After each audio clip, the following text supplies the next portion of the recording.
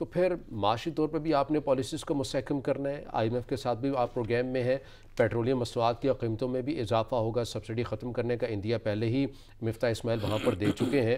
تو پھر ایسے میں جب چیزوں کی مہنگائی بھی ہوگی, وزیراعظم جو سابق وزیراعظم عمران خان وہ سڑکوں کے اوپر بھی ہوں گے, تو آپ کو لگتا نہیں ہے کہ اس نئی حکومت نے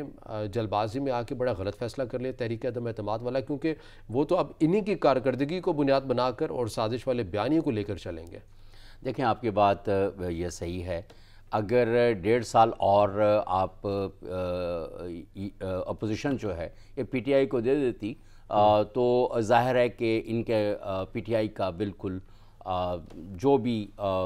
صورتحال ہے وہ سب کے سامنے آ جاتی. لیکن اس 1.5 سال کے اندر جو ہماری معیشت ہے وہ کہاں پر ہوتی, اور پھر یہ ہے کہ جو جس طرح سے ایک فارن پالیسی فرنٹ کے اوپر عمران خان بہت غلط کھیل رہے تھے, وہ اس کا کیا بنتا ہے. پھر تیسری بات یہ ہے کہ جس طرح مہنگائی چل رہی تھی اور جو ان کی معاشی پالیسیاں ہیں اس کی وجہ سے جو غریب کے اوپر امپیکٹ ہے وہ اس کی کیا صورتحال ہوتی. یہ ساری چیزیں ایسی ہیں جن کا دیکھا جانا بہت ضروری تھا اور ابھی بھی اس حوالے سے ہے. اب انہوں نے کہا ہے کہ ہم نے گراس روٹ لیول پہ محلہ کمیٹیوں کو اور فلاں کو سب کو ہم نے ہدایات جاری کر دی ہیں کہ وہ تیار رہیں, تیاری پکڑیں, اور عید کے بعد کسی وقت بھی میں ان کو اسلام آباد آنے کی کال دے دوں گا. اور یہ ایک بالکل واضح طور پر نظر آ رہا ہے کہ عمران خان پہلے بھی کنفرنٹریشن کی سیاست کر رہے تھے اور اب بھی اس سے زیادہ کنفرنٹریشن کی سیاست کر رہے ہیں, جو نہ صرف عوام کے لیے کے خلاف ہے, معیشت اس سے زیادہ عدم استحکام کا شکار ہوگی, اور سب سے زیادہ اوورآل جو پیس اور سیکیورٹی کا معاملہ ہے پاکستان کا وہ بھی خطرے سے دوچار ہوگا. اب یہاں پر عوام کو, ان کے جو سپورٹرز ہیں, ان کے جو ورکرز ہیں, ان کو دیکھنا پڑے گا کہ آپ کا قائد جس کو آپ نعوذ باللہ آج کل آپ کو پتہ ہے کہ بعض گاڑیوں کے پیچھے لکھا ہوا, میں نے 1-2 تصویریں بھی سنبھال کے رکھی ہیں کہ جس کے اوپر عمران خان کی تصویر لگی اور نعوذ باللہ لکھا ہوا ہے کہ پیس بی اپون ہم. اور میں نے یہ سوشل میڈیا کے اوپر بھی وہ چیز ڈالی اور میں نے کسی میرے ساتھ شیئر کی تھی تو میں نے اس کو ڈال دیا کہ پہلے تو ہم نبی صلی اللہ علیہ وسلم کے نام کے ساتھ پیس بی اپون ہم لکھتے تھے, تو کیا یہ توہین رسالت نہیں ہے؟ یہ کون لوگ ہیں جو اپنے ورکرز کو اور ان کو فیڈ کر رہے ہیں اس طرح کا نیریٹو یا اس طرح کا سٹانس بلٹ اپ کرنے کے لیے؟ تو تھوڑی سی کہیں پہ کسی کو شرم حیا کرنے کی سخت ضرورت ہے. میں تو آج آن کیمرہ یہ کہوں گا کہ اسلامی نظریاتی کونسل اور ہماری سپریم کورٹ آف پاکستان کو ایسی جو چیزیں آ رہی ہیں اس کے اوپر توہین رسالت کے مقدمات قائم کرنے چاہیے پی ٹی آئی کے اوپر, کیونکہ اب جس طرح کی گفتگو عمران خان صاحب کر رہے ہیں وہ بھی اینٹی اسٹیٹ گفتگو ہے. آپ اب جس طرح سے فوج کے اوپر آپ نے دیکھا ہوگا کہ اپنی تقریروں کے اندر کس طریقے سے انہوں نے کہا کہ فوج دفاع نہیں کر سکتی, عوام کرے, لیکن عوام بھی اگر فرنٹ فٹ کے اوپر یا فرنٹ لائن کے اوپر فوج نہیں ہوگی تو آپ کدھر سے چلیں گے؟ آپ کا پورا فوجی ساز و سامان جو ہے, آپ کے پورے سسٹمز جو ہیں وہ آپ نے امریکہ سے لیے ہوئے ہیں. آپ دیکھیں, میں نے پچھلے پروگرام میں بھی آپ سے گزارش کی تھی کہ مودی سرکار کو ہم بہت برا بھلا کہتے ہیں,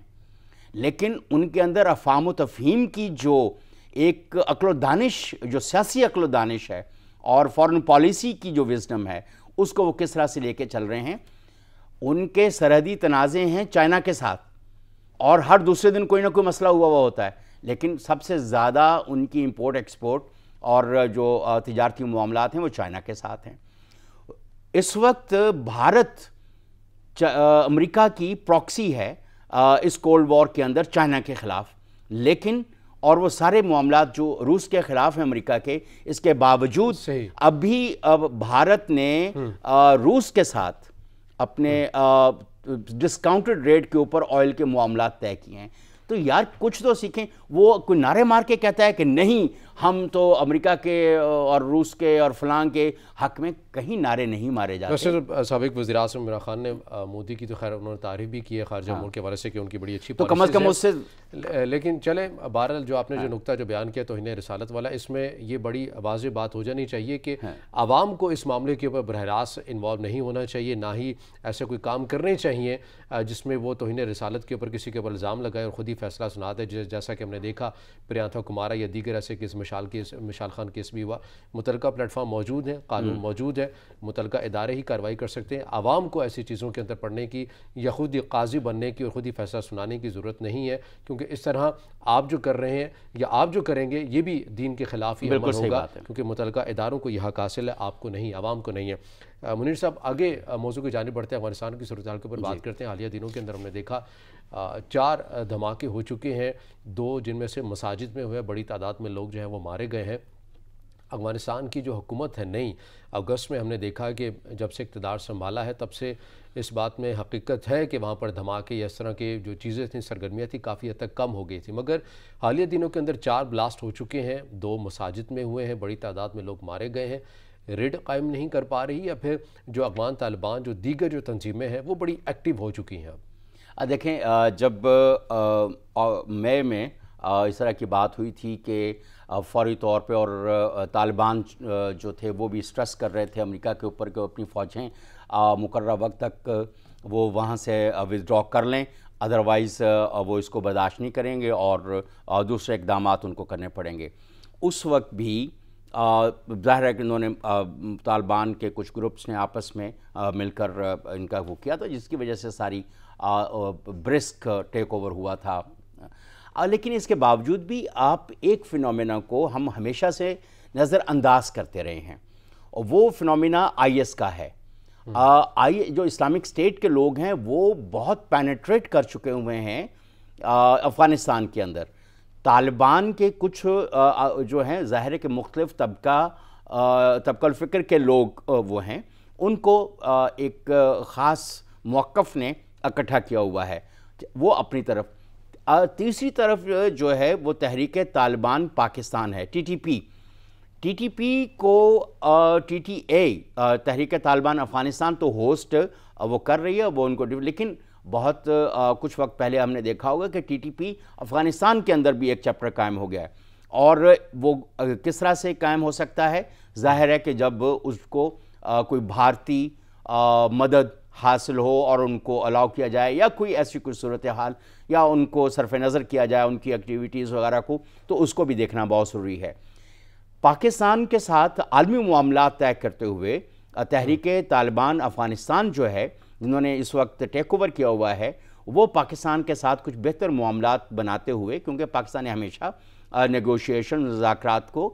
تقویت دینے کے لیے برجنگ کا اور سفارتکاری کا ایک بڑا اہم رول ادا کیا ہے. تو تحریک طالبان افغانستان یہ سمجھتے ہیں کہ پاکستان ہمارے جو معاشی مسائل ہیں اس وقت اور جو سیاسی مسائل ہیں تو وہ اپنی سفارتکاری کے ذریعے حل کریں گے. لیکن آئی ایس اور ٹی ٹی پی پاکستان کو اور ٹی ٹی اے کو اپنا مخالف سمجھتے ہیں. اب کہیں نہ کہیں ان دونوں نے اپنے گرجز بھی نکالنے، وہ اور جس طرح کی اس وقت صورتحال چل رہی ہے، نہ صرف ٹی ٹی اے تحریک طالبان افغانستان جو اس وقت حکومت میں ہیں وہ مجبور ہوئے ہیں، ان کے پاس کوئی بینکنگ سسٹم موجود نہیں ہے. ہیومینیٹیرین ایڈ جس کا وعدہ کیا گیا تھا مغربی ممالک اور امریکہ کی طرف سے، وہ بھی بالکل رکی ہوئی ہے. اور دوسری طرف جو سرکاری ادارے ہیں اور ان کے ساتھ جو حکومت کے ساتھ کام کرنے والے، تو ان کی تنخواہیں بہت عرصے سے بند ہیں. جو سسٹم انہوں نے چلانا تھا، صحت کا ہو، تعلیم کا ہو یا کسی کا، وہ سارے کا سارا بالکل ٹھپ ہو کر پڑا ہوا ہے. تو دوسری طرف ٹی ٹی اے کے اپنے کنسرنز بھی بہت بڑھتے جا رہے ہیں. جب ایسی صورتحال ہوگی جہاں پہ ایک بھوک ناچ رہی ہوگی اور ساری صورتحال، تو وہاں پر ریونج میں کسی حوالے سے کوئی نہ کوئی صورتحال تو وہ ہوگی. کانفلکٹس اپنی جگہ پہ موجود ہیں ود ان افغانستان، اور جو ان کے انٹرنیشنل کانفلکٹس ہیں وہ اپنی جگہ موجود ہیں. حالیہ جو کاروائیاں ہوئی ہیں اس کے حوالے سے پاکستان نے بھی اپنے تحفظات کا اظہار کیا ہے کہ اگر افغانستان کی سرزمین میں ایسی چیزیں ہوتی رہیں تو اس کے اثرات پاکستان پر بھی پڑیں گے. اگر امریکہ یا دیگر ممالک ان چیزوں کے اوپر یا اس چیز کی حل طلبی کے لیے کچھ اہم نکات یا فیصلے نہیں کر پاتے ہیں تو کم از کم وہ ایسے ممالک جو براہ راست متاثر ہو سکتے ہیں افغانستان کی صورتحال کے حوالے سے، یعنی کہ خطے کے ممالک ہیں جن میں چائنا کا ایک بڑا سٹیک ہے، ایران ہے، پاکستان ہے، یا اگر رشیا کو بھی ساتھ ملا لیا جائے، آذربائیجان اور جو ان کے ہم فکر جو دیگر ممالک یہاں پر بستے ہیں،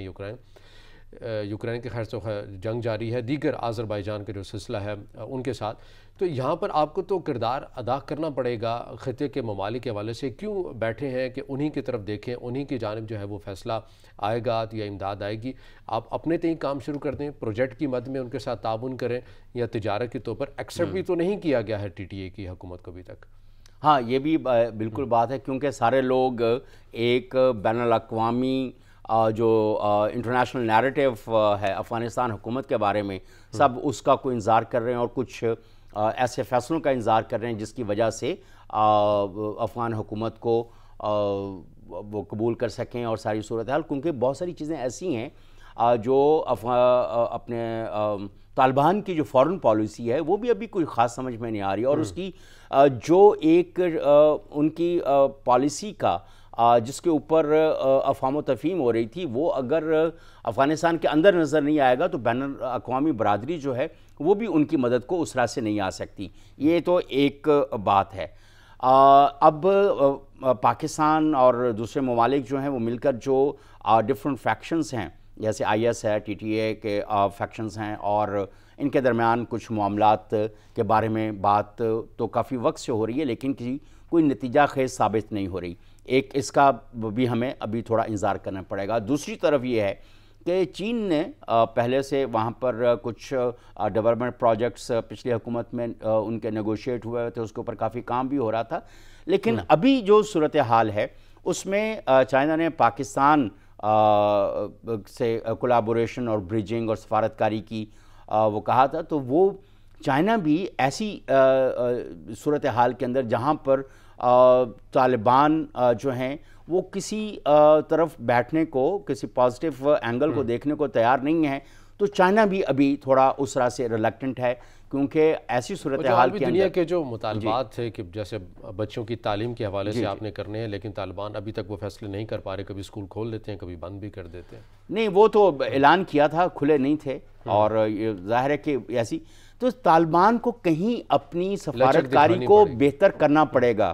ان کو وہ جو ہارڈ لائنرز ان کے اندر موجود ہیں نا، بہت جو ریجڈ رویہ ہے، تو سیاست کے اندر اور سبھی سٹیک ہولڈرز کو بھی لے کر چلنا پڑے گا، ساتھ لے کر چلنا پڑے گا۔ اگر بنیں گے تو پھر یہی ہوگا جو ہوتا ہوا نظر آ رہا ہے۔ منیر احمد صاحب سینئر تجزیہ کار ہمارے ساتھ موجود تھے۔ سر، آپ کے وقت کا بہت شکریہ۔ ناظرین، آج کے پروگرام سے اتنا ہی، اجازت دیجیے، اللہ حافظ۔